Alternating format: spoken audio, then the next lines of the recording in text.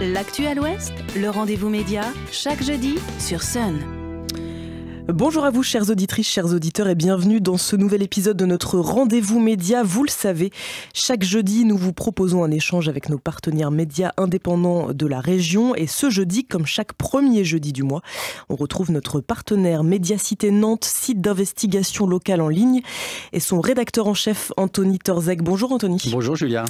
Vient de paraître en ligne sur médiacité.fr, c'est tout frais, ça date de ce matin, une enquête que vous avez menée suite à la question, on le souligne, d'un abonnés, puisque vous encouragez vos abonnés à faire remonter des questionnements et des interrogations. Une question qui est la suivante: la ville de Nantes a-t-elle amélioré son environnement plus de 10 ans après s'être vu décerner le titre de capitale verte européenne par la Commission européenne?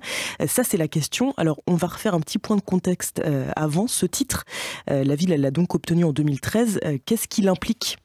Alors, elle l'a obtenu parce qu'elle avait déjà de bons résultats. Et donc, la Commission européenne s'est dit il faut décerner à Nantes qui a déjà des bons résultats. Mais lorsque la ville reçoit, et c'est le cas chaque année, il y a une ville européenne qui a ce titre. Nantes était la première ville française, d'ailleurs, à obtenir ce titre de capitale verte européenne. Eh bien, quand la ville reçoit ce titre, elle s'engage aussi à améliorer dans les années à venir son environnement et donc à mettre en place des actions particulières. Et c'est ça que nous avons vérifié par le biais de cette question de Pierre, l'un de nos abonnés. Et donc, d'où cette question, qu'en est-il aujourd'hui, plus de 10 ans après ?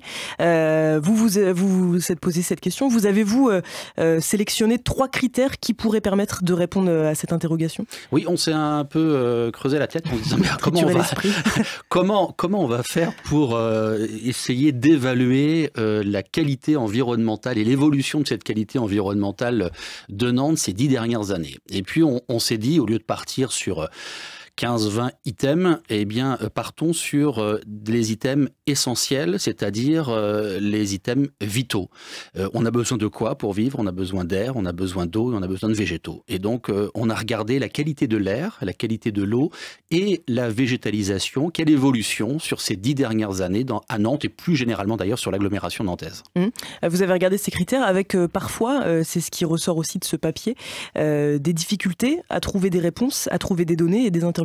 Oui, ça a été une grosse surprise pour moi en tout cas. C'est vrai que, alors on est habitué à Médiacité à rechercher les infos, et on ne nous aide pas toujours, ça c'est clair.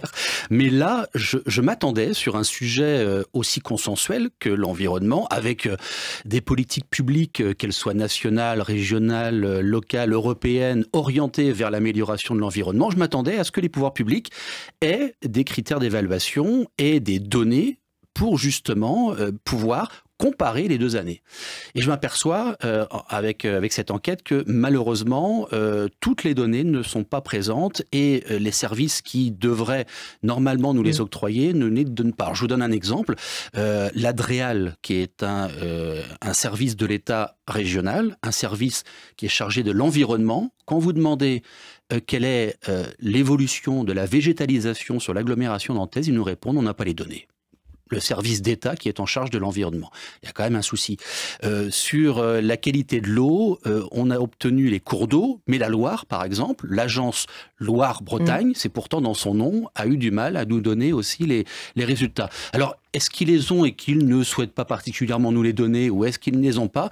Ça, on n'a pas de précision sur la question, mais autant utile, c'est quand même quelque chose qui est difficile à avoir, quoi.